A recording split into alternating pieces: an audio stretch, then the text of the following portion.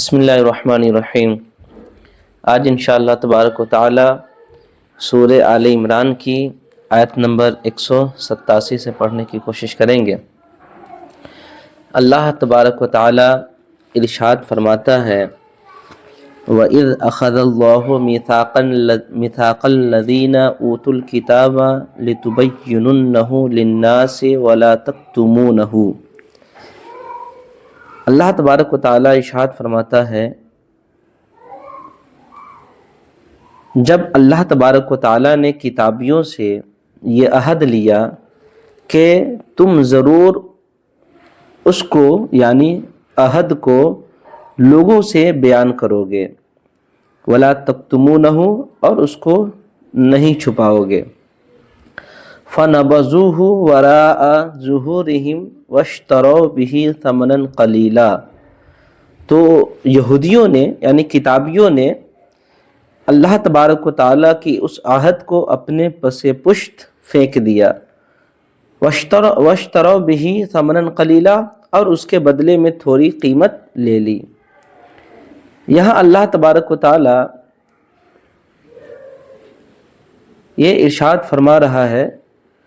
کہ اے محبوب صلی اللہ تعالیٰ علیہ وسلم یاد کیجئے کہ جب یہودیوں سے اللہ تبارک و تعالیٰ نے عہد لیا، یہودیوں سے اللہ تبارک و تعالیٰ نے وعدہ لیا کہ جن جن چیزوں کا میں تم سے وعدہ لے رہا ہوں، عہد لے رہا ہوں، ان چیزوں کو تم لوگوں سے ضرور جا کر کے بیان کرو گے اور تم ہرگز اس کو چھپاؤ گے نہیں۔ تو وہ لوگ یعنی اہل کتاب یہ لوگ اللہ تبارک و تعالیٰ سے جو عہد لیے تھے اس کو پس پشت ڈال دیا اور اللہ تبارک و تعالیٰ نے بیان کرنے کو کہا تھا تو ان لوگوں نے اس کے خلاف کام کیا اور اس کو لوگوں سے بیان نہ کیا۔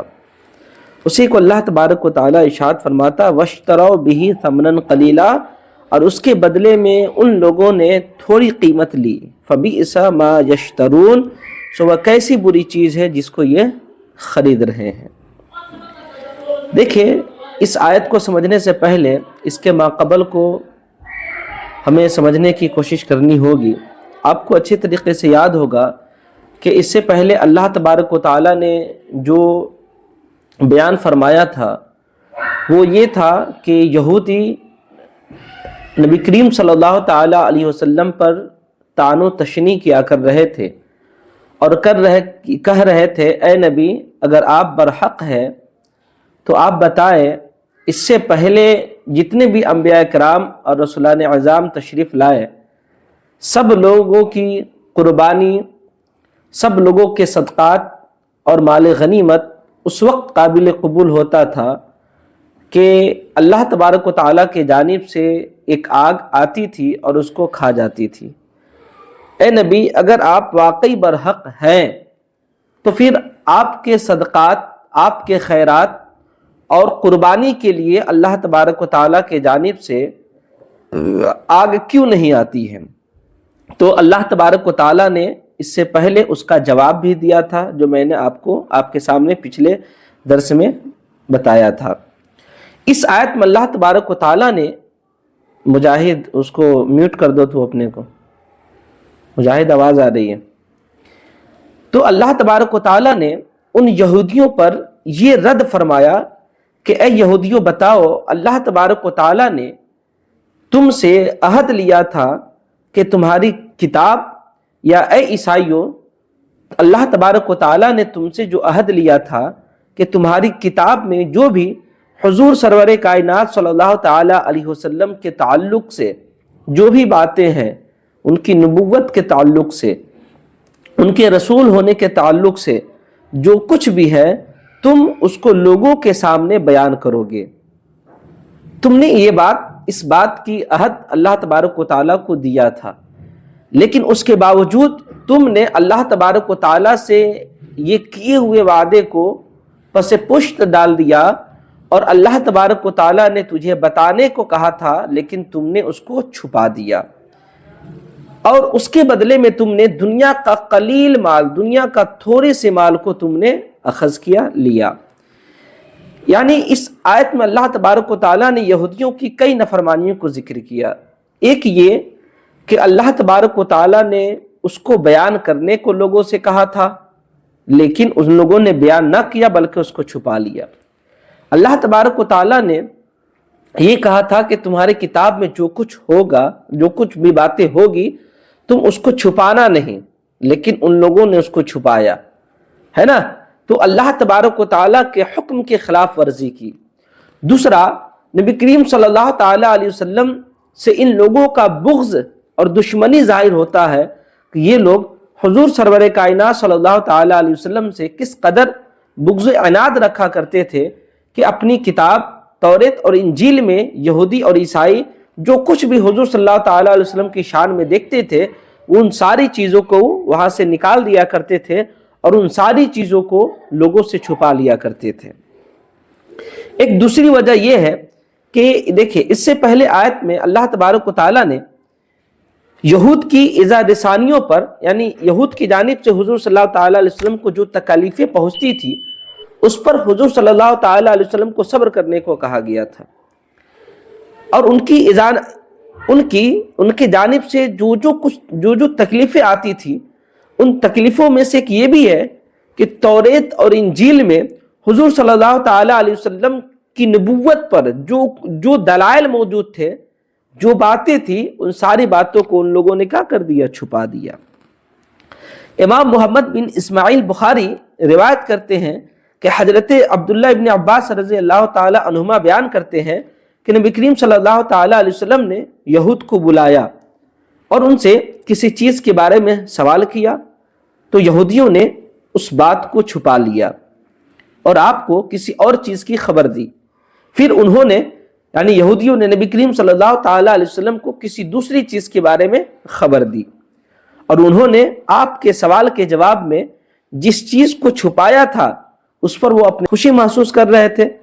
اسی پر حضرت عبداللہ ابن عباس رضی اللہ تعالی عنہما نے یہ آیت پڑھی، وَإِذْ أَخَذَ اللَّهُ مِيثَاقَ الَّذِينَ أُوتُوا الْكِتَابَ لِتُبَيِّنُنَّهُ لِلنَّاسِ وَلَا تَكْتُمُونَهُ، کہ جب اللہ تبارک و تعالیٰ نے کتابیوں سے یہ عہد لیا کہ تم اس چیز کو لوگوں سے ضرور بیان کرو گے اور تم اس کو چھپاؤ گے نہیں، لیکن ان لوگوں نے اس کے خلاف ورزی کی، فَنَبَذُوهُ وَرَاءَ ظُهُورِهِمْ، تو ان لوگوں نے اس بات کو اپنے پس پشت ڈال دیا، وَاشْتَرَوْا بِهِ ثَمَنًا قَلِيلًا، اور اس کے بدلے میں تھوڑی سی قیمت لے لی. تو یہودیوں کا حضور صلی اللہ تعالی علیہ وسلم یا اللہ تبارک و تعالیٰ کی آیتوں کو چھپانا یہ کتنی بری بات ہے، جس کو اللہ تبارک و تعالیٰ نے یہاں ارشاد فرمایا فَبِئْسَ مَا يَشْتَرُونَ، سو اللہ فرما رہا ہے سو وہ کتنی بری چیز ہے، وہ کیسے ہی بری چیز ہے جس کو یہودی خرید رہے ہیں. یعنی اس عمل سے وہ لوگ آخرت کو بیچ رہے ہیں دنیا کی وجہ سے، یعنی دنیا کے بدلے میں. سوچ، آخرت کے بدلے میں وہ دنیا خرید رہے ہیں، جبکہ ہر انسان، بلکہ یہودی اور عیسائی بھی جانتے ہیں کہ ہر انسان کو اس دنیا سے چلا جانا ہے، ہر انسان اس چیز کو جانتے ہیں. لیکن اس کے باوجود یہ یہودی نے کیا کیا؟ اللہ تبارک و تعالیٰ کی باتوں کو چھپایا اور اپنے آپ کو چھپانے پر فخر محسوس کر رہے تھے کہ ہم نے بہت بڑا کام انجام دے دیا. اسی کو حضرت عبداللہ ابن عباس رضی اللہ تعالیٰ عنہ نے اس آیت کو اسی جگہ تلاوت کی کہ یہ کتنے بدنصیب انسان ہیں کہ یہ دنیا کی وجہ سے یہ لوگ آخرت کو بیچ رہے ہیں. محمد بن ثور نے ایک روایت بیان کی کہ اللہ تبارک و تعالیٰ نے توریت میں یہ بیان فرمایا تھا کہ اللہ تبارک و تعالیٰ نے اپنے بندوں پر دین اسلام کو فرض کیا ہے، اور محمد صلی اللہ تعالیٰ علیہ وسلم اللہ تبارک و تعالیٰ کے رسول ہیں. یہ دو بات محمد ابن ثور کے مطابق. تو یہ یہودی اور عیسائی کیا کرتے تھے؟ ان دونوں کو چھپا لیا کرتے تھے. یعنی یہ کہ بندوں پر اسلام، دین اسلام کیا فرض ہے، اب یہ لوگ کیا کیے؟ اس کو چھپا لیے. یعنی اب بندوں کو دوسری بات یہ لوگ بتانی شروع کر دی، دوسری بات کہ بندوں پر اب اسلام فرض نہیں ہے. ایک بات کو ان لوگوں نے جھٹلا دیا، چھپا لیا، ٹھیک ہے نا. دوسری بات کہ محمد صلی اللہ تعالیٰ علیہ وسلم اللہ تبارک و تعالیٰ کے رسول ہے، ان دونوں کو چھپا لیا. اب ایک بات بتائے ان دونوں آیتوں کو چھپانے سے حضور صلی اللہ تعالی علیہ وسلم سے وہ لوگ کس قدر دشمنی اور بغض اور حسد رکھا کرتے تھے ظاہر ہو جاتی ہے، اس لیے کہ ان دونوں کا تعلق حضور صلی اللہ تعالی علیہ وسلم کی ذات بابرکات سے ہے،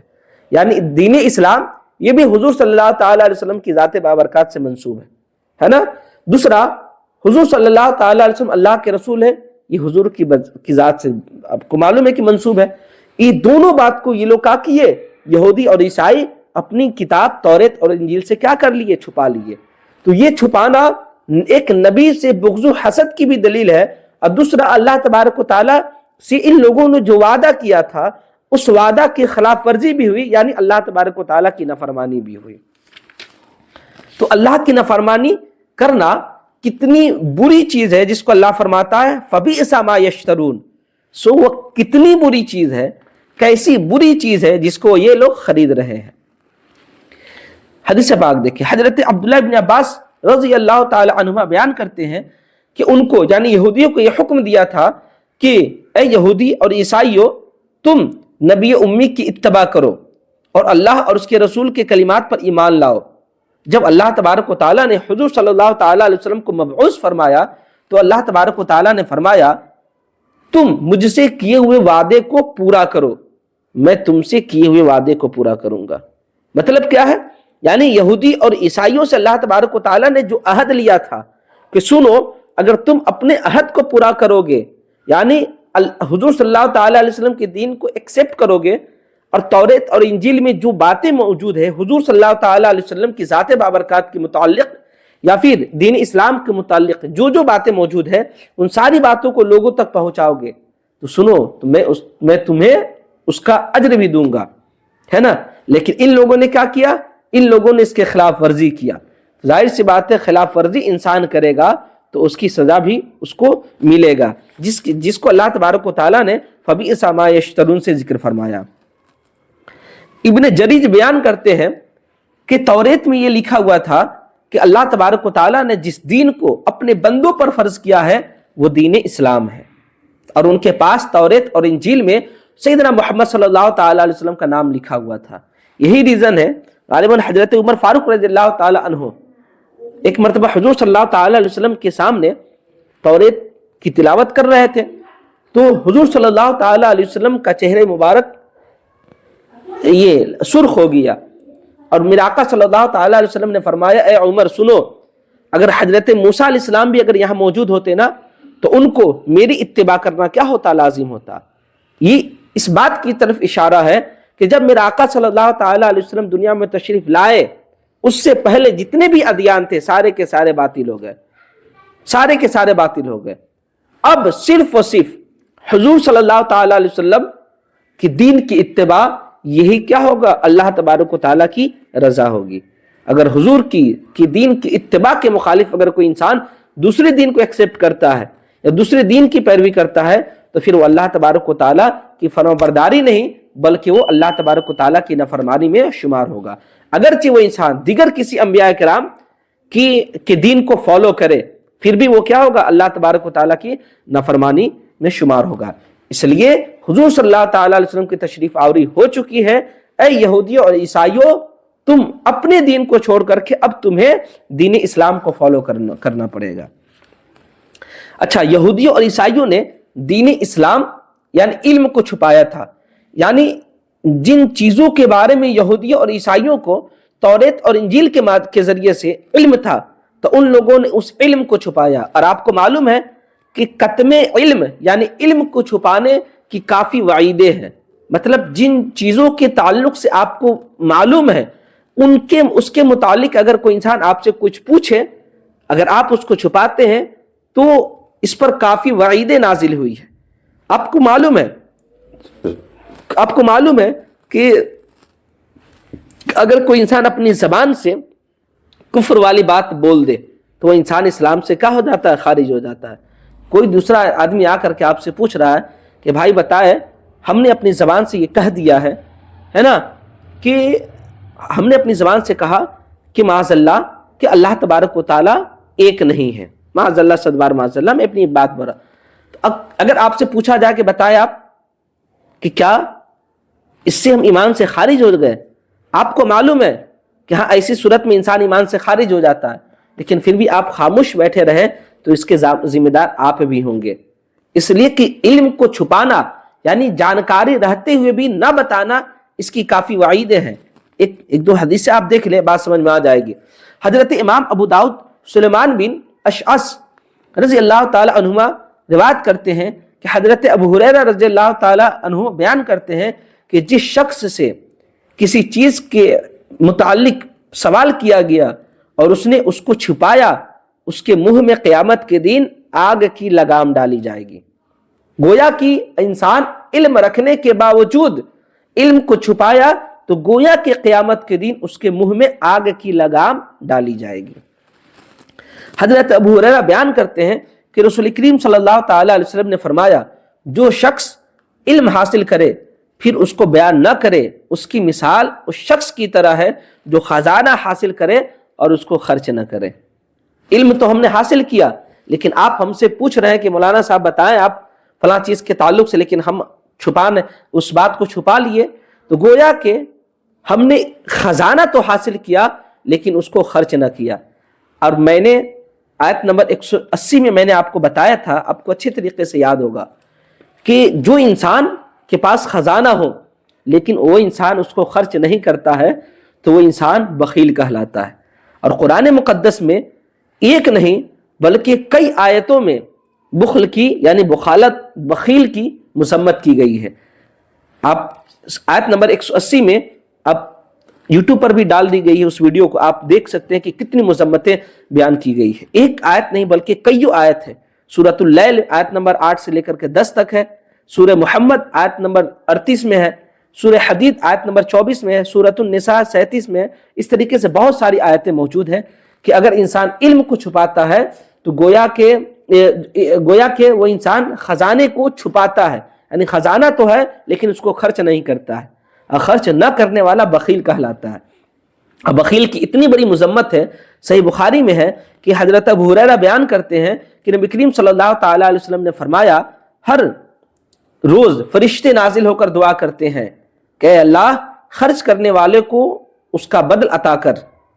اے اللہ خرچ نہ کرنے والے کے مال کو ضائع کر دے. گویا کہ اگر ہم اپنے علم کو چھپا رہے ہیں تو گویا کہ فرشتے یہ دعا کر رہے ہیں، اللہ اس کے علم رہنے سے کیا فائدہ کہ دوسروں کو فائدہ نہ پہنچے، اس لیے اس کے مال کو ضائع کر دے. اور آپ کو معلوم ہے ایک اور حدیث میں حضرت ابو سعید خدری رضی اللہ تعالی عنہ بیان کرتے ہیں کہ نبی کریم صلی اللہ تعالی علیہ وسلم نے فرمایا کہ مسلمان میں دو خصلتیں ایک ساتھ، دو خصلتیں جمع نہیں ہوتی. مسلمان میں دو خصلتیں جمع نہیں ہوتی. ایک خصلت بخل کی، یعنی مسلمان ہو اور بخیل ہو، ایسا ہو ہی نہیں سکتا. اور دوسری خصلت بد خلقی، یعنی مسلمان ہو لیکن اگر اس کا اخلاق گندا ہو تو پھر صحیح معنوں میں دیکھا جائے تو کما حقہ وہ کیا ہے، مسلمان نہیں ہے. اس لیے کہ جہاں بخل نہیں ہوگا وہاں اسلام ہوگا، جہاں اخلاق ہوگا وہی اسلام ہوگا، ہے نا. بخل اور بدخلقی یہ دونوں ایک ساتھ مسلمان کے ساتھ جمع نہیں ہو سکتے. چلیے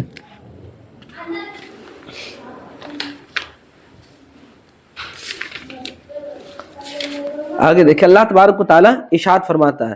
لا تحسبن الذين يفرحون بما اتوا ويحبون ان يحمدوا بما لم يفعلوا فلا تحسبنهم بمفازة من العذاب. اللہ تبارک و تعالی ارشاد فرماتا ہے، ولا تحسبن الذين يفرحوا بما اتوا، ان کے متعلق ہرگز گمان نہ کرنا جو اپنے کاموں پر خوش ہوتے ہیں، ويحبون ان يحمدوا بما لم يفعلوا، اور جو یہ پسند کرتے ہیں کہ ان کاموں پر ان کی تعریف کی جائے جو انہوں نے کیا ہی نہیں. فلا تحسبنهم بمفازة من العذاب، اور ان لوگوں کے متعلق ہرگز یہ گمان نہ کرنا کہ وہ جہنم سے نجات پا جائیں گے. یہاں اللہ یہ فرما رہا ہے کہ اے لوگو سنو، جو لوگ اپنے کاموں پر خوش ہوتے ہیں تم ان کے متعلق ہرگز گمان نہ کرنا کہ وہ جہنم کی آگ سے بچ جائیں گے. اے لوگو سنو، تم ہرگز یہ ان لوگوں کے متعلق گمان نہ کرنا جو لوگ اس بات کو پسند کرتے ہیں کہ ان کی تعریف کی جائے ان چیزوں کے بارے میں جو ان لوگوں نے کیا ہی نہیں. معلوم ہے کہ ہم نے کچھ کیا ہی نہیں اور ہم پسند کرتے کہ بھائی ہماری تعریف کی جائے. بہت سارے لوگ ہوں گے ایسے, ہے نا, جو چاہتے ہیں کہ بیٹھے بیٹھے جو ہے نا کھانا بھی منہ میں ڈال دی جائے, بیٹھے بیٹھے ساری تعریف کو بٹور لی جائے, ہے نا. اسی کے تعلق سے یہ عذاب ہے, وعید ہے. وَلَهُمْ عَذَابٌ عَلِيمٌ, اور ان کے لیے کیا ہے, دردناک عذاب ہے. یہاں دیکھیں آپ, یہ آیت اگر اس کا عمومی معنی لے, بالعموم اگر اس کا معنی لے تو یہ ہوگا کہ جو لوگ اپنے کاموں پر خوش ہوتے ہیں, ہے نا, ان کے متعلق ہرگز تم گمان نہ کرو کہ وہ جہنم کی آگ سے بچ جائیں گے. آپ کو معلوم ہے جو لوگ اپنے آپ پر خوش ہوتے ہیں, ہے نا, اپنے کاموں پر خوش ہوتے ہیں, ہے نا, تو یہ یہودیوں کی طرف اشارہ ہے, عیسائیوں کی طرف اشارہ ہے, کیونکہ یہودی اور عیسائی اپنے کاموں پر کس طریقے سے خوش ہوتے تھے اس کو دیکھیں آپ. یہودی اور مشرکین کے تعلق سے اللہ تبارک و تعالیٰ نے اس سے پہلے آپ کو بتایا تھا کہ حضور صلی اللہ تعالیٰ علیہ وسلم کو اللہ تبارک و تعالیٰ نے یہودیوں اور مشرکین کی طرف سے جو اذیتیں تکلیفیں آتی تھی, ہے نا, اس کے متعلق اللہ تبارک و تعالیٰ نے کہا تھا, ارشاد فرمایا تھا کہ ان کی طرف سے تکلیف لاحق نہیں ہوگی. اللہ تبارک و تعالیٰ نے جن تکلیفوں کا ذکر کیا تھا ان تکلیفوں میں سے ایک تکلیف یہ بھی ہے کہ وہ یعنی یہودی اور عیسائی کمزور مسلمانوں کو ورغلاتے تھے اور کمزور مسلمانوں سے ان کے دلوں میں اسلام کے خلاف شبہات ڈالتے تھے اور اس پر یہ چاہتے تھے کہ ان کے اندر سے ایمان ختم ہو جائے اور وہ اسلام سے پھر جائے, اور یہ بھی چاہتے تھے ایک تو مسلمان اپنے عقائد سے ہاتھ دھو دے, اور یہ بھی چاہتے تھے کہ ان کی تعریف کی جائے اور ان کو نیک کہا جائے اور ان کو راسخ القول کہا جائے اور ان کو صادق القول کہا جائے, ہے نا. تو یہ لوگ تعریف کرتے تھے, تعریف چاہتے تھے, تو اس پر میرے آقا صلی اللہ تعالی علیہ وسلم کو تکلیف ہوتی تھی, اس لیے کہ جو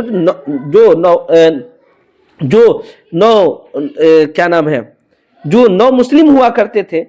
ظاہر سی بات ہے نیا نیا اسلام لایا ہے, تو اگر اس کے خلاف اسلام کے خلاف اس کو شک و شبہات اس کے دلوں میں ڈال دی جائے تو ظاہر سی بات ہے فوراً اسلام سے برخاست سائڈ ہو جائے گا. تو جب یہ یہودی اور عیسائی یہ کام کیا کرتے تھے تو میرے آقا صلی اللہ تعالی علیہ وسلم کو اس سے تکلیف پہنچتی تھی. دوسری وجہ یہ کہ نبی کریم صلی اللہ تعالی علیہ وسلم کے متعلق توریت کی میں جو کچھ بھی باتیں ہوتی تھی یا انجیل میں جو کچھ بھی باتیں تھیں وہ عیسائی اور یہودی اس کو چھپاتے تھے, اور اس کے بدلے میں معلوم ہے اپنے آپ کو آقا سمجھتے تھے اور اپنے ماننے والوں سے نذرانہ وصول کیا کرتے تھے کہ دیکھو ہم توریت کے سب سے زیادہ جانکار ہیں, دیکھو ہم انجیل کے سب سے زیادہ جانکار ہیں. اس لیے لوگ لا کر کے خوب جو ہے نا نظر و نیاز لایا کرتے تھے. تو اسی کو اللہ تبارک و تعالیٰ نے اسی پر اللہ تبارک و تعالیٰ نے اس آیت کو نازل کیا کہ وَلَا تَحْسَبَنَّ الَّذِينَ يَفْرَحُونَ بِمَا أَتَوْا وَيُحِبُّونَ أَن يُحْمَدُوا بِمَا لَمْ يَفْعَلُوا, کہ تم ان کے متعلق ہرگز گمان مت کرنا جو خوش ہوتے ہیں ان کاموں پر جو ان لوگوں نے کیے, یعنی اپنے کیے ہوئے کاموں پر خوش ہوتے ہیں اور یہ چاہتے ہیں اور یہ پسند کرتے ہیں کہ جو وہ لوگ نہیں کیے اس پر بھی تعریف کی جائے. فَلَا تَحْسَبَنَّهُمْ بِمَفَازَةٍ مِّنَ الْعَذَابِ, تو تم ان کے متعلق ہرگز گمان نہ کرنا کہ وہ جہنم سے عذاب سے چھٹکارا پا جائیں گے. وَلَهُمْ عَذَابٌ عَلِيمٌ, اور ان کے لیے کیا ہے, دردناک عذاب ہے. اس آیت کی شان نزول دیکھیں. اس آیت کی شان نزول یہ ہے کہ حضرت ابو سعید رضی اللہ تعالی عنہ بیان کرتے ہیں کہ جب رسول کریم صلی اللہ تعالی علیہ وسلم کسی غزوے میں تشریف لے جاتے تو بعض منافقین پیچھے رہ جاتے اور آپ کے ساتھ نہ جاتے, اور اپنے فعل پر یہ لوگ خوش ہوا کرتے تھے. جب حضور صلی اللہ تعالی علیہ وسلم غزوے سے ریٹرن ہوتے تھے تو یہ لوگ اپنے آپ کو حیلے بہانے کرنے لگتے تھے کہ ایسا ہو گیا تھا تو ہم چھٹ گئے, ایسا ہو گیا تھا تو ہم چھٹ گئے, ایسا ہو گیا تو ہم چھٹ گئے. اور اتنا ہی نہیں بلکہ اس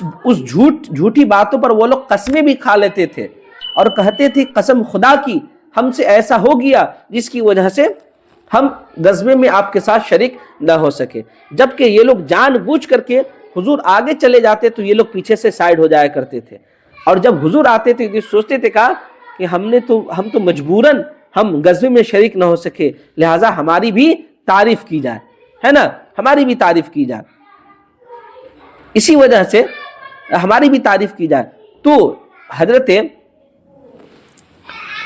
حضرت ابو سعید خدری رضی اللہ تعالیٰ عنہ نے اس آیت کو ذکر کیا اور کہا وَلَا تَحْسَبَنَّ الَّذِينَ يَفْرَحُونَ بِمَا أَتَوْا وَيُحِبُّونَ أَن يُحْمَدُوا بِمَا لَمْ يَفْعَلُوا, کہ تم ہرگز گمان مت کرو ان لوگوں کے تعلق جو اپنے کیے ہوئے کاموں پر خوش ہوتے ہیں اور یہ چاہتے ہیں کہ جو کام وہ لوگ نہیں کیے ہیں ان پر ان کی تعریف کی جائے. جیسے حضور صلی اللہ تعالیٰ علیہ وسلم کے ساتھ جو لوگ منافقین تھے, حضور جب غزوے میں شریک آگے چلے جاتے تھے تو یہ پیچھے سے سائیڈ ہو جاتے تھے. جب حضور آتے تھے تو یہ لوگ تو غزوے میں شریک نہیں ہوئے تو اس کی تعریف کیسے کیوں کر کی جائے گی, لیکن جب حضور آتے تھے تو چاہتے تھے کہ ہماری بھی ساتھ ساتھ تعریف ہو جائے, ہے نا, ہماری بھی ساتھ ساتھ تعریف ہو جائے. تو اسی کے متعلق اللہ نے فرمایا کہ تم ان کے متعلق ہرگز گمان مت کرو کہ وہ جہنم کی آگ سے بچ جائیں گے, بلکہ وَلَهُمْ عَذَابٌ عَلِيمٌ, بلکہ ان کے لیے کیا ہے, دردناک عذاب ہے. دیکھیے اس آیت سے ہمیں ایک بات یہ بھی معلوم ہوئی, کیونکہ اللہ تبارک و تعالیٰ نے فرمایا وَيُحِبُّونَ أَن يُحْمَدُوا بِمَا لَمْ يَفْعَلُوا, کہ وہ لوگ چاہتے ہیں, پسند کرتے ہیں کہ جو ان لوگوں نے نہیں کیا اس پر اس کی تعریف کی جائے. آج ہمارے معاشرے میں بھی دیکھیں گے تو بہت سارے لوگ آپ کو ایسے ملیں گے کہ کوئی اگر پروگرام آرگنائز ہو رہا ہے تو وہاں پر کچھ کرتے نہیں ہیں کچھ, لیکن اگر وہ واہی لوٹنے کی باری آ جائے تو فوراً کھڑے ہو جائیں گے, فوراً وہاں آگے چلے جائیں گے, ہے نا,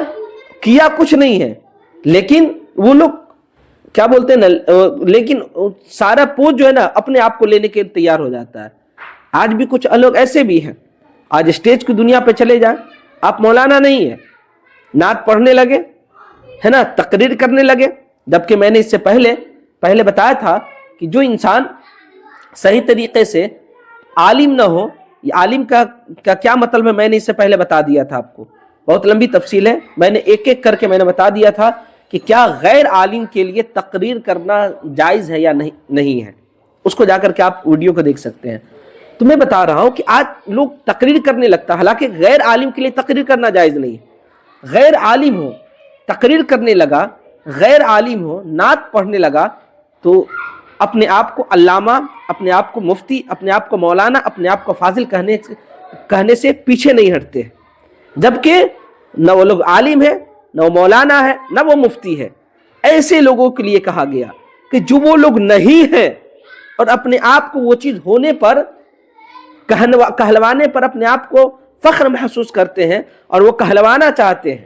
انہی لوگوں کے لیے ہے فَلَا تَحْسَبَنَّهُمْ بِمَفَازَةٍ مِنَ الْعَذَابِ, کہ تم ہرگز گمان مت کرنا کہ وہ لوگ جہنم کی آگ سے بچ جائیں گے. جو لوگ مولانا نہیں ہے لیکن آج ان کو ٹوپی کرتا پہن لیا, ان کو مولانا نہیں کہیے تو چڑ ہونے لگتی ہے, جناب فلاں صاحب کہہ دیجئے تو ان کو چڑ ہونے لگتی ہے, ہمارے ساتھ مولانا نہیں کہا. ابے تم مولانا ہے کہاں کہ تمہارے ساتھ مولانا لگایا جائے, تم مفتی ہو نہیں, پھر بھی تم کو مفتی اگر نہیں کہا جائے, اگر مولانا کہہ دیا جائے تو دیکھیے سر پھر کہاں سے کہاں باتوں بڑھانا شروع کر دیتا ہے. انہی لوگوں کے لیے ہے نا کہ جو لوگ نہیں ہیں, یعنی جو لوگ عالم نہیں ہیں, جو لوگ مفتی نہیں ہیں اور اپنے آپ کو مولانا کہلوانا پسند کرتا ہو, مفتی نہیں ہو اپنے آپ کو مفتی کہلوانا پسند کرتا ہو, اور وہ انسان عالم نہیں ہو اپنے آپ کو عالم کہلوانا پسند کرتا ہو, انہی لوگوں کے لیے ہے فَلَا تَحْسَبَنَّهُمْ بِمَفَازَةٍ مِنَ الْعَذَابِ, تو تم ان کے لیے تم ان کے متعلق ہرگز گمان مت کرنا کہ وہ جہنم کی آگ سے بچ جائیں گے, بلکہ وَلَهُمْ عَذَابٌ عَلِيمٌ, بلکہ ان کے لیے دردناک عذاب ہے. اس کی وجہ کیا معلوم ہے؟ اس کی وجہ یہ ہے کہ جو مولانا نہ ہو, ہے نا, جو مولانا نہ ہو, جو مفتی نہ ہو, اپنے آپ کو کہلوانا چاہے تو گویا کہ وہ ریاکاری کر رہا ہے, گویا کہ مکاری کر رہا ہے. اور آپ کو معلوم ہے کہ ریا جو ہوتا ہے یہ کیا ہے, یہ شرک خفی ہے, یہ شرک خفی ہے. اور اسی وجہ سے ریا کے تعلق سے, دکھاوا کے تعلق سے کافی وعیدیں آئی ہے. آپ کو معلوم ہے ایک بہت لمبی حدیث ہے, حضرت ابو ہریرہ سے روایت ہے, اور جامع صحیح کی حدیث ہے، بہت لمبی حدیث ہے، کہ سب سے پہلے قیامت کے دن عالم کو بلایا جائے گا، حافظ قرآن کو بلایا جائے گا، شہید کو بلایا جائے گا، سخی انسان کو بلایا جائے گا، اور کہا جائے گا بتا میں نے تجھے قرآن کا علم دیا تھا لیکن تم نے اس کے بدلے مجھے کیا دیا؟ بہت خلاصہ میں بتا رہا ہوں، میں نے تجھے طاقت دی تھی، شہید سے کہا جائے گا میں نے تجھے طاقت دی تھی، بتا تو نے اس کے بدلے مجھے کیا دیا؟ سخی انسان سے کہا جائے گا، مالدار انسان سے کہا جائے گا بتا میں نے تجھے مال دیا لیکن تم نے اس کے بدلے میں مجھے کیا دیا؟ وہ انسان کہے گا اے اللہ یقیناً تو نے مجھے قاری قرآن بتایا تھا، میں لوگوں کو قرآن سکھاتا تھا۔ شہید کہے گا اے اللہ یقیناً تو نے مجھے طاقت دی تھی، میں تیری راہ میں تیری رضا کی خاطر لڑ کر کے شہید ہو گیا۔ سخی انسان مالدار انسان کہے گا اے اللہ یقیناً تو نے مجھے مال و دولت دیا تھا، میں نے تیری راہ میں خوب خرچہ کیا اس لیے کہ تو راضی ہو جائے۔ اللہ فرمائے گا تم تینوں جھوٹے ہو، تو یہ چاہتا تھا کہ لوگ مجھے قاری قرآن کہے، تو یہ چاہتا تھا لوگ مجھے عالم کہے، تو یہ چاہتا تھا لوگ مجھے مفتی کہے، تو یہ چاہتا تھا لوگ مجھے شہید کہے، تو یہ چاہتا تھا کہ لوگ تجھے بہت بڑا سخی کہے۔ سنو میں نے دنیا والوں سے کہلوا دیا، تو جو چاہتا تھا اس کا بدلہ میں دنیا میں لوگوں سے کہلوا دیا کہ تم بہت بڑے حافظ قرآن ہو، بہت بڑے عالم ہو، بہت بڑے مفتی ہو، بہت بڑے سخی انسان ہو، تم شہید انسان ہو۔ انسان تو جو چاہتا تھا اس کا بدلہ میں دنیا میں دے دیا، اب آخرت میں تمہارا کوئی حصہ نہیں ہے۔ اللہ فرشتوں کو حکم دے گا اے فرشتوں ان کے بال کو پکڑو اور گھسیٹ کر کے جہنم میں ڈال دو۔ بات سمجھ میں آ رہی نا؟ اسی کے یہ آیت بھی اس پر دال ہے۔ اللہ ارشاد فرماتا ہے لا تحسبن الذین یفرحون بما اتوا، تم ان کے متعلق ہرگز یہ نہ سمجھنا کہ تم ان کے متعلق ہرگز نہ سمجھنا جو اپنے کاموں پر خوش ہوتے ہیں، وَيُحِبُّونَ أَن يُحْمَدُوا بِمَا لَمْ يَفْعَلُوا، اور جو یہ پسند کرتے ہیں کہ ان کے کاموں پر ان کی تعریف کی جائے حالانکہ انہوں نے کیا نہیں ہے۔ فَلَا تَحْسَبَنَّهُمْ بِمَفَازَةٍ مِّنَ الْعَذَابِ، اور ان لوگوں کے متعلق ہرگز یہ گمان نہ کرنا کہ وہ عذاب سے نجات پا جائیں گے۔ وَلَهُمْ عَذَابٌ عَلِيمٌ، اور ان کے لیے دردناک عذاب ہے۔ وَلِلَّهِ مُلْكُ السَّمَاوَاتِ وَالْأَرْضِ وَاللَّهُ عَلَى كُلِّ شَيْءٍ قَدِيرٌ، اور اللہ ہی کے لیے ہے جو زمینوں اور اللہ وَلِلَّهِ مُلْكُ السَّمَاوَاتِ وَالْأَرْضِ، اور آسمانوں زمینوں کا مالک اللہ ہی کی ملکیت میں ہے، اور آسمانوں اور زمینوں کی سلطنت اللہ تبارک و تعالیٰ کی ملکیت میں ہے۔ واللہ علی کل شیء قدیر، اور اللہ تبارک و تعالیٰ ہر چیز پر قادر ہے۔ یاد رکھے خوش ہونا ہو تو اچھے کام کو کرنے پر خوش ہو، خوش ہونا ہو تو اچھے کام غلط کام کو ترک کرنے پر خوش ہو، یہی کامیابی کی دلیل ہے۔ اور ایمان کی یہ بھی دلیل ہے کہ اگر کوئی مسلمان کوئی نیک کام کرے تو نیک کام کرنے پر اگر انسان خوش ہوتا ہے تو یہ ایمان کی دلالت ہے، اور برے کام کو ترک کرنے پر اگر کوئی انسان خوش ہوتا ہے تو یہ بھی کیا ہے؟ ایمان کی دلالت ہے، ایمان کی علامت ہے۔ اس لیے ہم